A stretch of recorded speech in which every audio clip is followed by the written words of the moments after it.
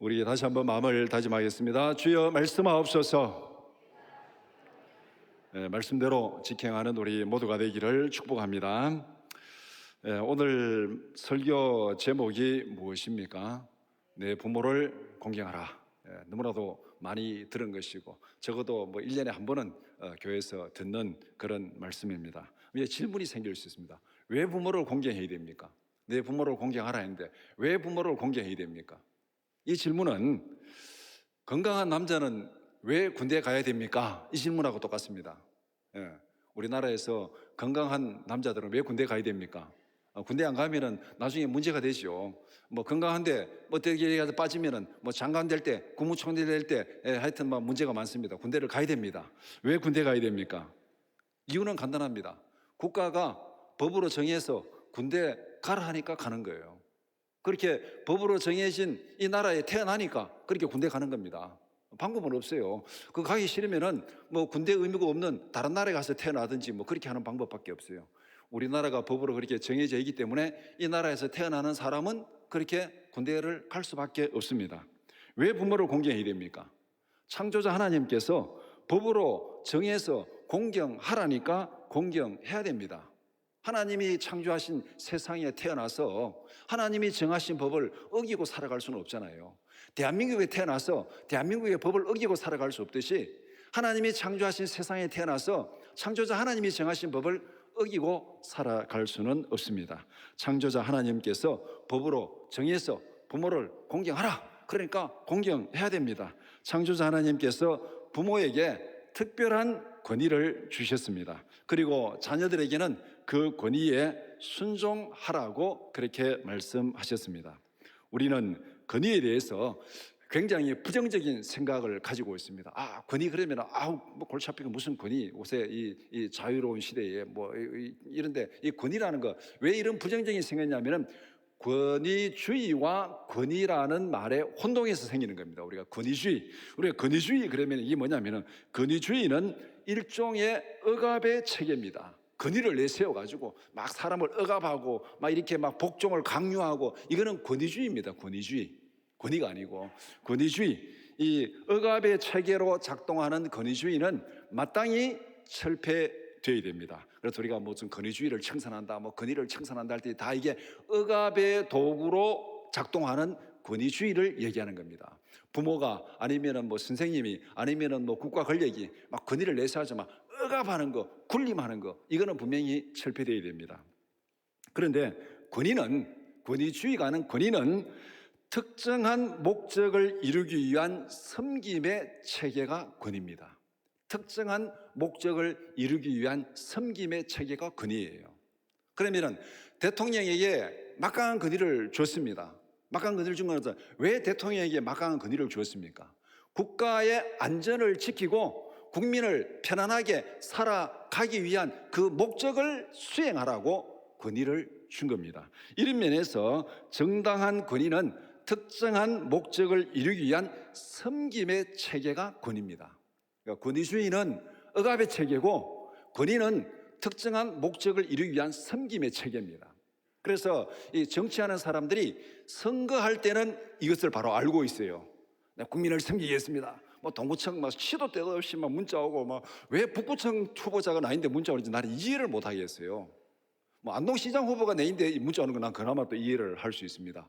투표권은 거의 없지만 그래도 어떻게 찾다 보니까 내인데 오는데 북구청장이 왜 문자를 보내는지 동구청장 보내는 거는 또 이해가 되죠. 그러니까 이 선거철이 되면은 사람들이 막 섬기겠습니다. 동구를 섬기겠습니다. 대구를 섬기겠습니다. 나라를 섬기겠습니다. 맞습니다. 이게 권위의 원래 목적이 섬김의 체계입니다. 그런데 선거가 끝나고 나면은 이 권위가 권위주의로 바뀌어버립니다. 내가 구청장인데, 내가 시장인데, 내가 대통령인데 감히, 이게 이제 권위주의가 되는 거예요. 그러니까 권위주의는 청산해야 되고 권위는 마땅히 세워져야 됩니다. 이런 면에서 정당한 권위는 당연히 존중돼야 됩니다. 왜? 그것은 어떤 목적을 이루기 위한 섬김의 체계이기 때문에 그렇습니다. 이런 면에서 오늘 본문은 부모의 권위에 대해서 말씀하고 있습니다. 부모에게 주어진 역할을 수행하기 위해서 정당한 부모의 권위는 존중되어야 된다. 그것이 오늘 말씀의 핵심입니다. 출애굽기 20장 12절을 두 개의 관점에서 함께 살펴보고자 합니다. 첫 번째는 이해를 위한 질문, 두 번째는 적용을 위한 질문입니다. 첫 번째, 이해를 위한 질문. 부모를 공경한다는 것은 어떻게 하는 것을 의미합니까? 제5계명의 첫 문장은 이것입니다. 내 부모를 공경하라. 내 부모를 공경하라. 당연히 공경해야 돼. 공경이 어떻게 하는 게 공경하는 거냐? 질문하면 또 여러 가지 이 얘기가 나올 수 있습니다. 거기에 크게 세 가지로 정리해서 공경의 의미에 적어도 이 세 가지가 들어가 있어야 된다. 첫 번째는 부모를 존경하는 것입니다. 존경하는 거. 공경이나 존경이나 똑같은 얘기인데, 부모를 무시하거나 업신여기는 것을 금하는 것, 이게 존경입니다. 영어로 이제 레버런스라는데, 레버런스. 그러니까 이 영어로 이 목사를 얘기할 때 레버런드, 이렇게 레버런드, 존경의 의미가 앞에 REB가 붙은 거 레버런드라는 그런 뜻으로 이제 목사를 호칭하는. 그러니까 존경의 의미가 여기 들어가 있습니다. 레위기 20장 9절 말씀 같이 보겠습니다. 만일 누구든지 자기의 아버지나 어머니를 저주하는 자는 반드시 죽일지니 그가 자기의 아버지나 어머니를 저주하였은즉 그의 피가 자기에게로 돌아가리라. 이게 존경의 반대입니다. 자기 아버지와 어머니를 존경한다는 것은 무시하지 않고 업신여기지 않는 것. 그런데 이 아버지나 어머니를 무시하고 업신여기는 저 극단적인 행동이 뭡니까? 막 뭐라 하고 막 저주하고 막 욕하고 막 이런 거. 이게 이제 이 존경의 반대가 되는 거죠. 이런 행동을 하는 자는 마땅히 돌로 쳐 죽이라. 부모를 존경하지 않는 자는 바로 돌로 쳐 죽이라고 그렇게 말하고 있습니다. 그러니까 공경의 첫 번째는 존경하는 것, 업신여기지 않고 무시하지 않는 것, 이게 존경이에요. 그다음 두 번째는 부모의 가르침에 순종하는 것입니다. 이 오비디언스라 그렇게 얘기를 하는데, 신명기 21장 18절에서 21절 말씀 같이 보겠습니다.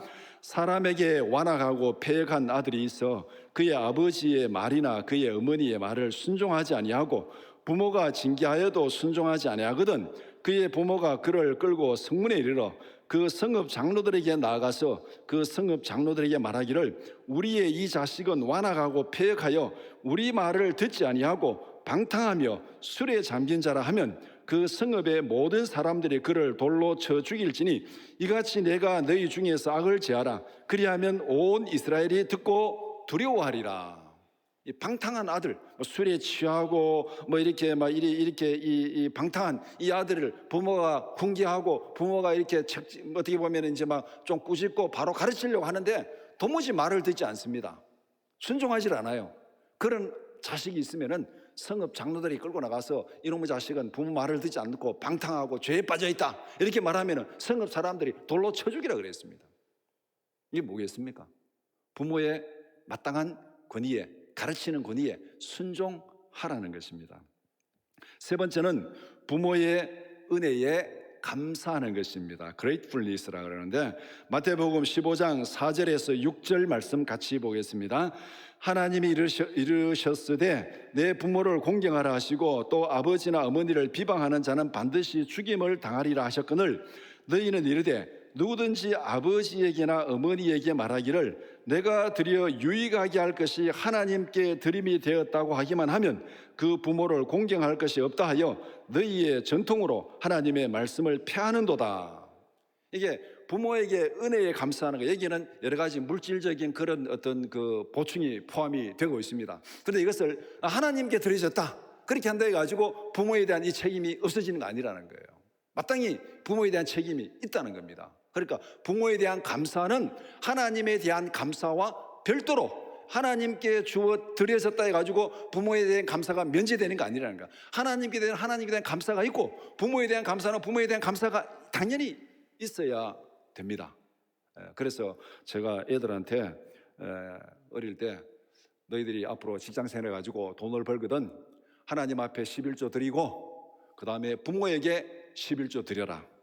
근데 아직까지 부모에게 11조를 안 드려요. 이놈들이 돈이 모자라서 안 드리는지 어떻게 해서 안 드리는지 모르겠지만은 우리가 마땅히 해야 됩니다. 이거 하나님께 감사의 11조를 드리고 부모에게 11조를 드리고 부모의 11조 드리는 게 뭐겠습니까? 내 소득의 10분의 1을 부모에게 용돈으로 드리라는 거예요. 때로는 10분 1분만 아니라 50%를 드려가지고 부모를 복양할 수도 있겠죠.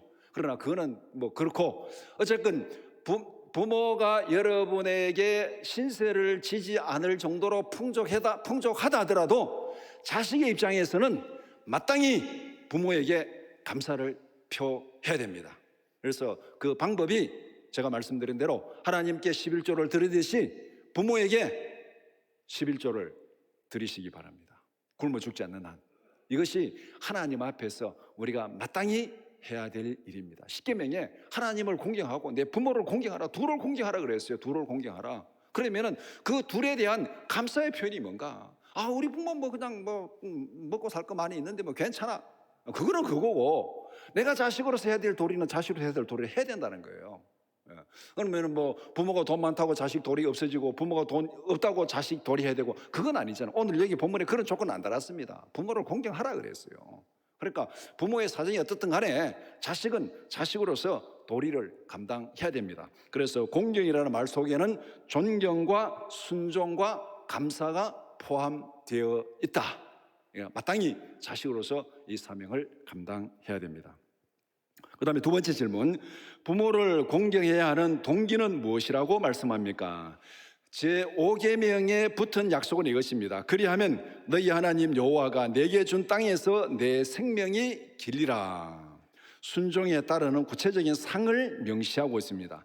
신명기에서는 좀 더 구체적으로 말씀하고 있습니다. 신명기 5장 16절 말씀 같이 보겠습니다. 너는 내 하나님 여호와께서 명령한 대로 내 부모를 공경하라. 그리하면 내 하나님 여호와가 내게 준 땅에서 내 생명이 길고 복을 누리리라. 내 생명이 길고 복을 누리리라. 이렇게 말하고 있습니다. 그러니까 이 땅에서 장수한다는 약속에는 번영의 복이 포함되어 있습니다. 출애굽기도 마찬가지고 신명기도 마찬가지고, 하나님께서 이 땅에서 내가 장수하리라 이렇게 말하고 거기에 번영이 포함되지 않는다면, 물질이 포함되지 않고 정말로 가난하고 힘들고 병들어 오래 산다면 그게 복이겠습니까? 그거는 저주예요. 정말로 병든 몸으로 돈도 없이 가난하게 오래 사는 것은 이거는 복이라고 말할 수가 없습니다. 어떻게 보면 이게는 징계예요, 징계. 그렇기 때문에 하나님께서 이 땅에서 내가 장수하리라 이 말 속에는 건강과 번영이 포함된 겁니다. 그래서 신명기에서는 구체적으로 이렇게 내 생명이 길고 복을 누리리라 그렇게 말하고 있습니다.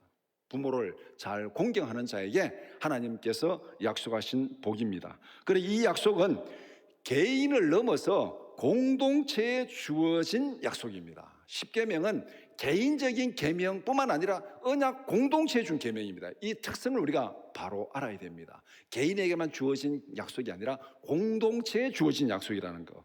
가르치는 자의 권위가 무너지면은 그 사회가 어떻게 되겠습니까?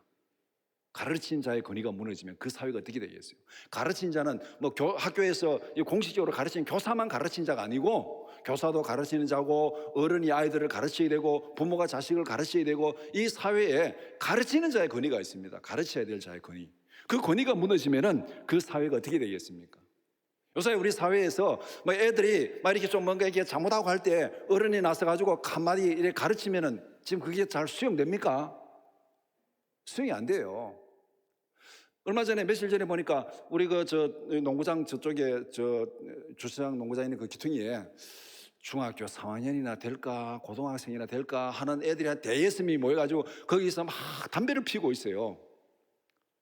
마음 같아서는 가서, 야 이놈들아, 담배를 피워도 어떻게 교회마다에서 담배를 피우냐 한마디 하고 싶은데, 그러면은 본전도 찾지 못할 것 같아가지고 그냥 안 하고 그냥 지나갔습니다. 바로 앞에 있는 것도 저 멀리 있는 거 일부러 가가지고 하는 거니까. 하여간 오늘 우리 사회에서는 이 가르치는 자의 권위가 굉장히 무시되고 있는 상황입니다. 사회적인 권위가 무너지면은 그 공동체가 어떻게 되겠습니까? 통치권이라는 국가의 권위가 무너지면 어떻게 되겠습니까? 그것은 혼란에 빠지고 고통을 당하고 결국은 그 나라가 망할 수밖에 없습니다. 그러니까 이 가르치는 자에게 부모의 권위를 출발점으로 해가지고 가르치는 자의 권위가 세워지고 그 권위를 존경할 때 이 땅에서 너희들이 장수하고 복을 누리리라 너는 말할 필요도 없는 거죠. 권위가 무너지면은, 사회의 권위가 무너지면, 국가의 권위가 무너지면은 그 피해는 고스란히 개인에게 다 다가오는 것입니다. 가르치는 자의 권위가 존중될 때 가정이 굳게 세워지고 나라가 굳게 세워집니다. 그리할 때 그 사회는 안정과 평화를 누리고 풍요를 누리게 됩니다. 따라서 정당한 권위를 존중하는 것은 자신과 공동체 전체의 유익을 위해서 반드시 필요하다. 그것을 말씀하고 있습니다. 그 다음에 세 번째 질문, 신약에서는 제5계명을 어떻게 적용하고 있습니까? 신약은 제5계명을 하나님의 명령으로 그대로 받아들입니다. 하나님이 명령하신 계명이기 때문에 당연히 순종해야 된다고 말씀합니다. 동시에 하나님께서 복을 약속하셨기 때문에 더욱더 순종해야 된다고 말씀합니다. 하나님의 명령했으니까 순종해야 되는 거고, 또 하나님이 그 순종에 대해서 복을 약속했으니까 더욱더 순종해야 되는 것이고, 그러면서 신약은 거기에 하나를 덧붙입니다. 쌍방향의 책임을 강조합니다.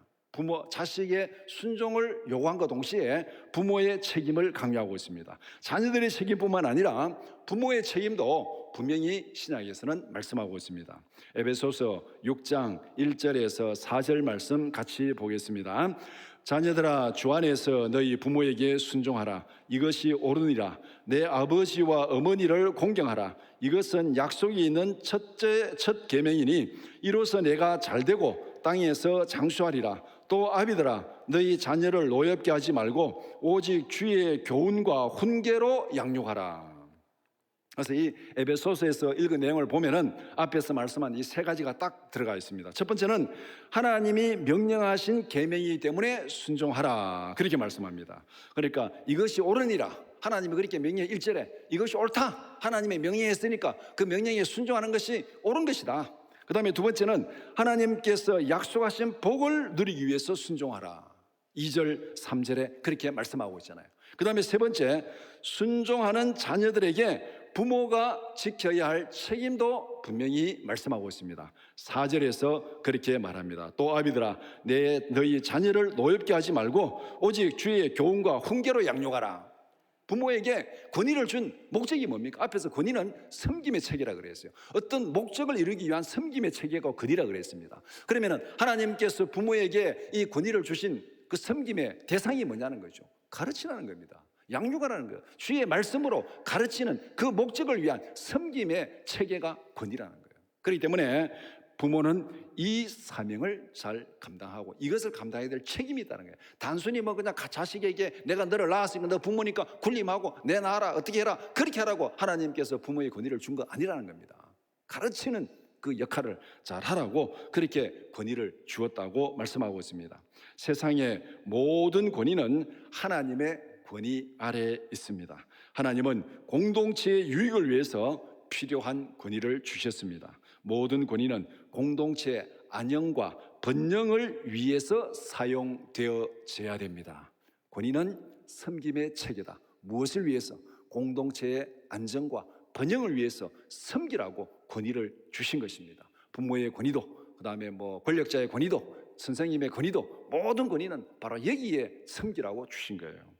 가정에서 행사되는 부모의 권위도 마땅히 그렇게 되어야 됩니다. 그래서 오늘 이 본문에서 말씀한 내용은 왜 우리가 부모를 공경해야 되는지 그 이유를 분명히 말씀하고 있고, 또 부모는 자식에 대해서 어떤 책임을 가지고 있는지 그것도 분명히 말씀하고 있습니다. 그 다음에 두 번째는 적용을 위한 질문. 첫 번째 질문, 5계명의 원리에 기초하여 부모에 대한 자녀들의 구체적인 책임은 무엇입니까? 자녀들의 구체적인 책임, 앞에서도 좀 언급했지만은 대략 한 4가지로 정리하면은, 첫 번째, 가장 중요한 책임은 부모의 가르침에 순종하는 것입니다. 부모의 가르침에 순종하는 것.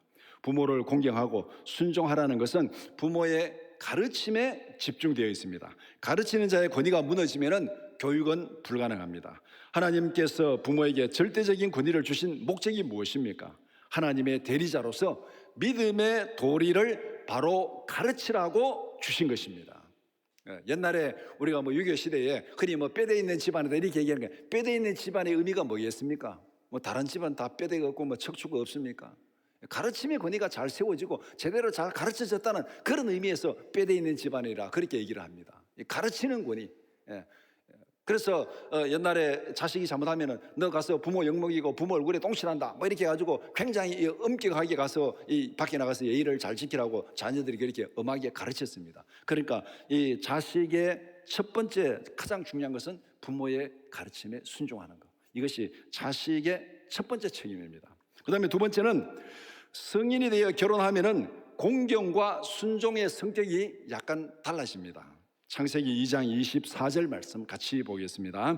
이러므로 남자가 부모를 떠나 그 아내와 합하여 둘이 한 몸을 이룰지로다. 여기서 결혼해도 당연히 부모를 공경해야 됩니다. 그러나 각자의 가정의 권위를 존중하고 인정해야 됩니다. 그러니까 순종의 성격이 약간 달라지는 거예요.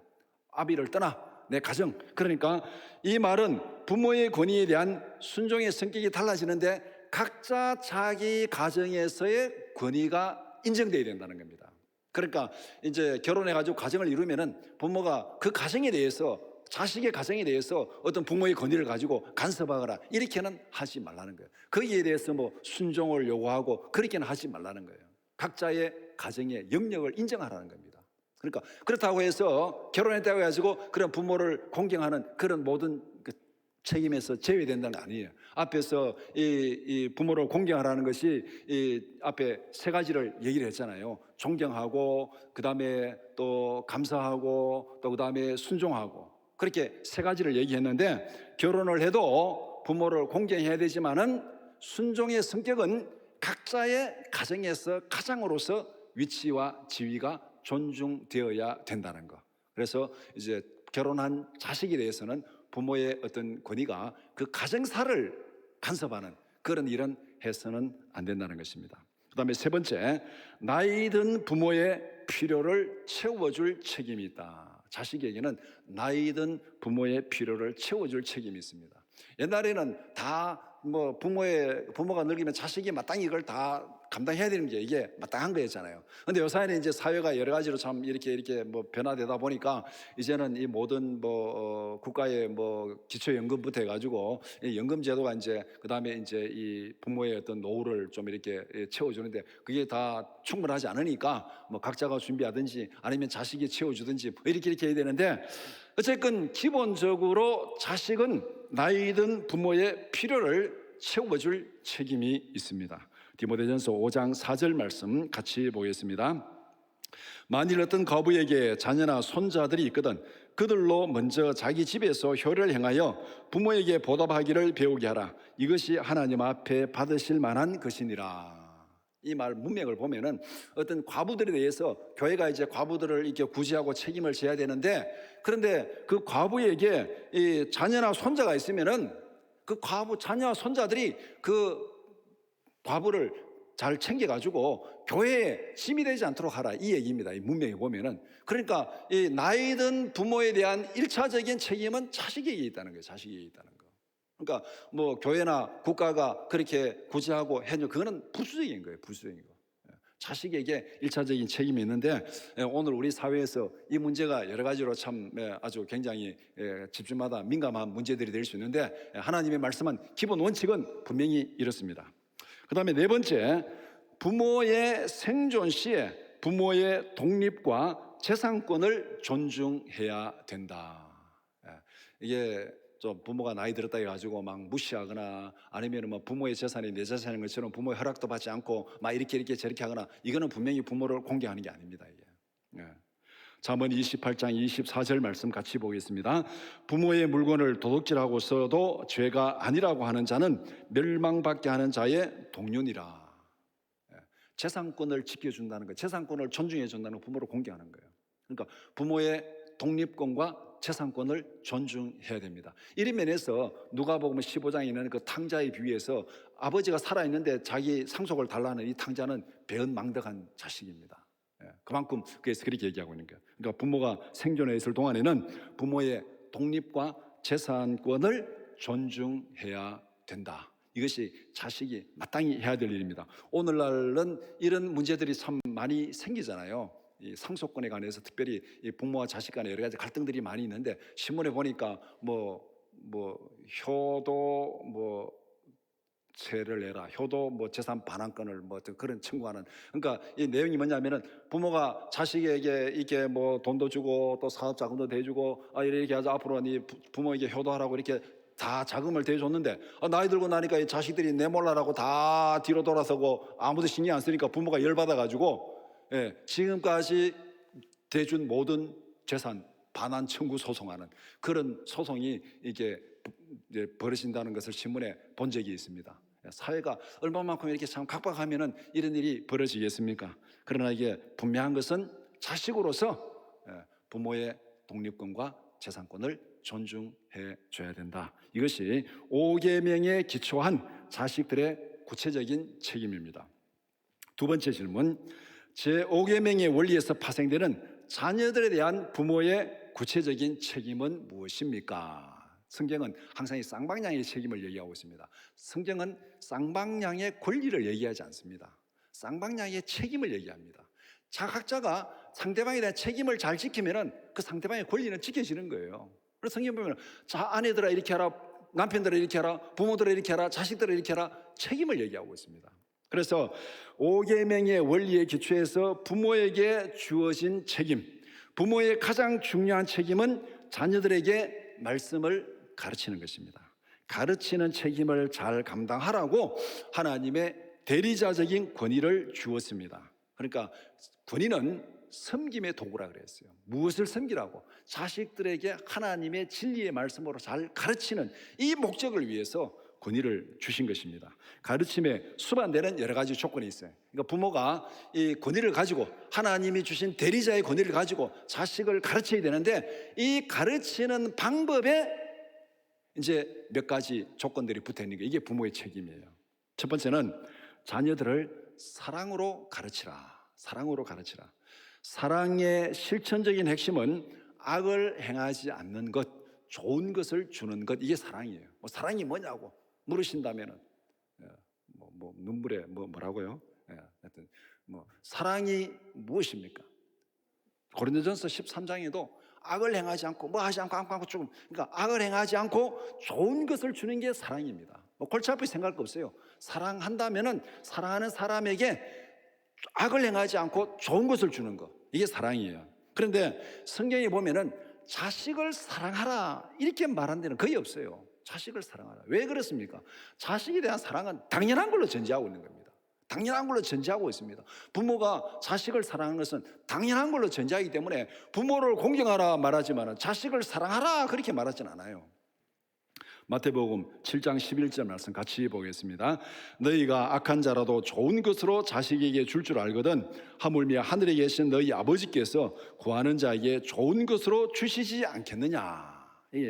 너희가 악한 자라도 좋은 것으로 자식에게 줄 줄 알거든. 다른 사람에게는 악을 행하고 나쁜 짓을 해도 자식에게는 어떻게 한다 그랬습니까? 좋은 거 준다는 거예요. 이게 뭡니까? 부모가 아무리 악한 자고 다른 사람에게는 악을 행해도 자기 자식은 사랑한다는 거잖아요.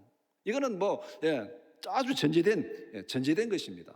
그러니까 우리가 자녀들을 사랑으로 가르쳐라. 사랑으로 가르쳐라. 사랑으로 가르치는 그 말 속에는 또 여러 가지 또 의미들이 있는 거죠. 일단 사랑으로 가르친 거, 악을 가르치지 말고 좋은 것을 가르쳐라. 성경에서 좋은 것이 뭡니까?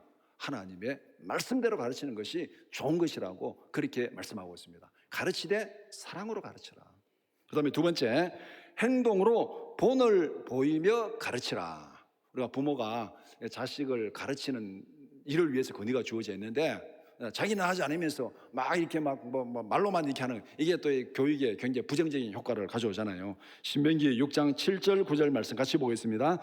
내 자녀에게 부지런히 가르치며 집에 앉았을 때든지 길을 갈 때든지 누워있을 때든지 일어날 때든지 이 말씀을 강론할 것이며 너는 또 그것을 내 손목에 매어 기호를 삼으며 내 미간에 붙여 표로 삼고 또 내 집 문설주와 바깥문에 기록할지니라. 손목에 메고 미간에 붙이고, 이거는 내가 손과 발로 실천하면서 가르치라는 거예요. 우리가 자녀들을 말씀으로, 신앙으로 가르치는 것은 내가 그렇게 믿고 실천하는 삶으로 그들에게 가르쳐야 됩니다. 행동으로 실천하면서 가르치는 것. 나는 기도하지 않으면서 자식 보고 기도해라 그러고, 나는 성경 읽지 않으면서 자식 보고 성경 읽으라 그러고, 나는 예배 빠지면서 자식 보고 예배에 참석하라 그러면 이거는 교육이 될 수가 없는 것이요. 그러니까 부모가 먼저 솔선수범하며 자녀들에게 가르치라. 그 다음에 세 번째는 필요할 때는 마땅한 징계를 통하여 가르치라. 사랑으로 가르치라 그러면 또 이 징계하고도 충돌되는 것도 있는데, 그래서 성경은 분명히 이해합니다. 징계도 사랑의 표현입니다. 징계가 없으면 사생자라 그랬습니다. 자식이 아니라 그랬어요. 그러니까 징계도 사랑의 표현입니다. 그러니까 우리가 자녀들을 가르칠 때 말 안 들으면 마땅히 징계할 책임도 부모에게 있습니다. 잠언 13장 24절 말씀 같이 보겠습니다. 매를 아끼는 자는 그의 자식을 미워함이라, 자식을 사랑하는 자는 근실히 징계하느니라. 오늘날 이 가정에서 부모가 아이들에게 이렇게 매질을 하는 거, 이게 참 법적으로 굉장히 많이 문제가 되고 있습니다. 그런데 문제는 부모가 자식에게 사랑으로 가르치는 대원칙이 무너지기 때문에 징계가 문제가 되는 거예요.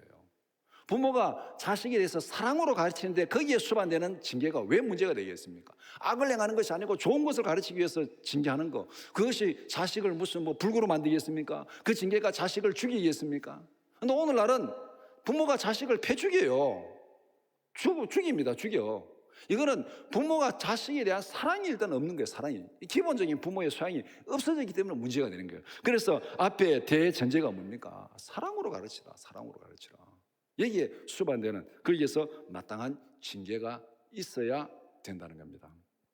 네 번째는 자녀의 마음을 이해하고 인내하며 가르치라. 에베소서 6장 4절 말씀 같이 보겠습니다. 또 아비들아, 너희 자녀를 노엽게 하지 말고 오직 주의 교훈과 훈계로 양육하라. 노엽게 하지 말고 애들한테 막 강요하고 열받게 만들지 말라는 거예요. 여기에는 굉장히 인내하고 또 부모가 또 참아주고 또 애들의 심정을 공감하고 이런 부모의 인내와 노력이 필요합니다. 이런 인내와 노력으로 가르치라고 그렇게 말씀하고 있습니다. 이것이 5계명에 기초한 부모가 자식에게 해야 될 책임입니다.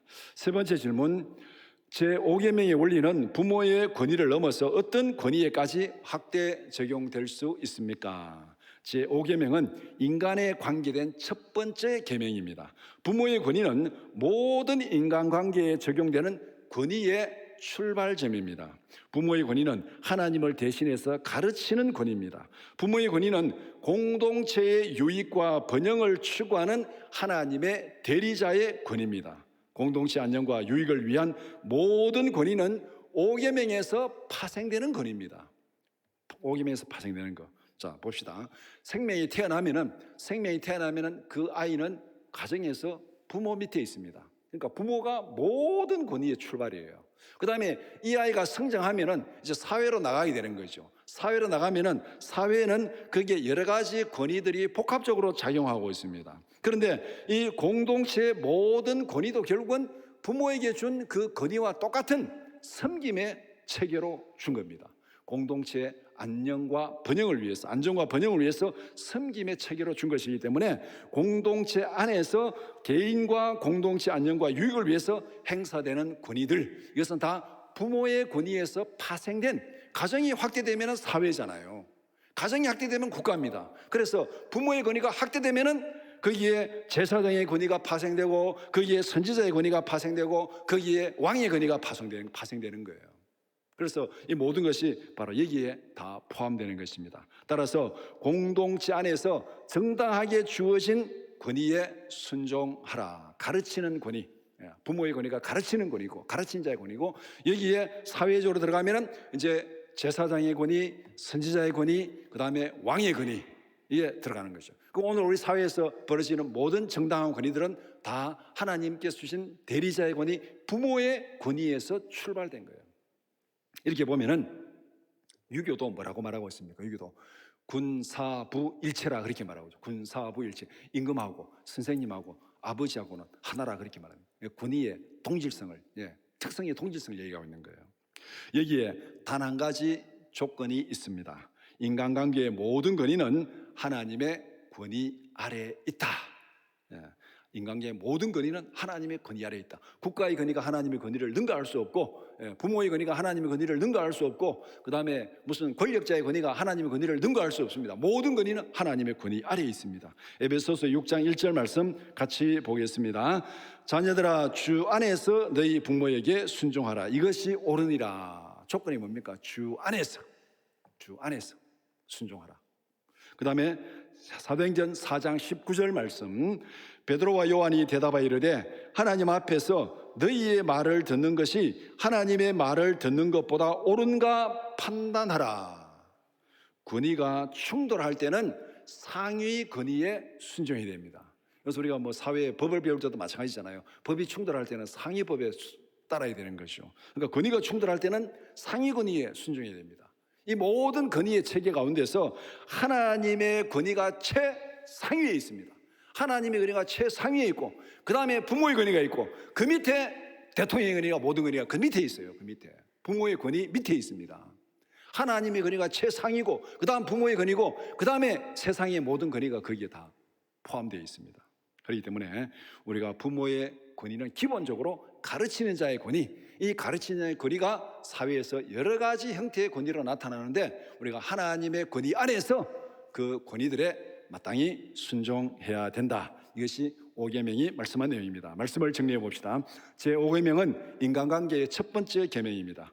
부모에게 하나님의 대리자의 권위를 주셨습니다. 자녀들에게 부모의 권위를 존중하고 순종하라고 말씀했습니다. 이것이 땅에서 잘되고 번영을 누리는 방법이라, 그렇게 말씀합니다. 자식이 잘되기를 바라지 않는 부모는 하나도 없습니다. 모든 부모는 자식이 건강하게 오래 살기를 원합니다. 모든 부모는 자식이 풍요롭고 행복하게 살기를 원합니다. 자식이 이렇게 살아가는 비결이 무엇입니까? 5계명은 그 구체적인 방법을 말씀하고 있습니다. 하나님의 말씀을 잘 배우고 실천할 때 그런 삶을 살 수 있다. 자식에게 하나님의 말씀을 가르치는 1차적인 책임은 부모에게 있습니다. 이 사명을 잘 감당하라고 부모에게 하나님의 대리자적인 권위를 주셨습니다. 부모에게 있어서 자식들은 평생 짊어지고 가야 될 기도 보따리입니다.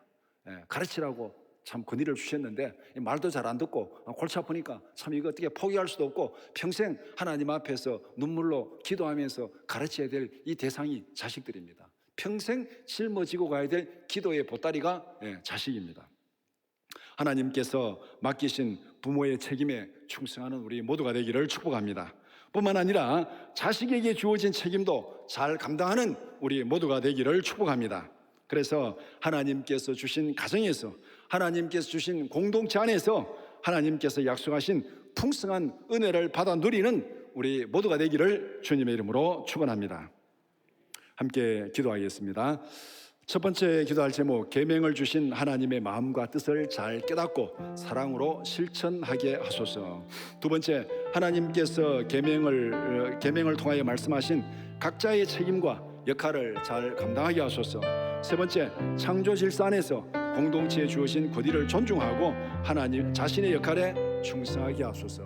다 같이 통성으로 기도드리겠습니다.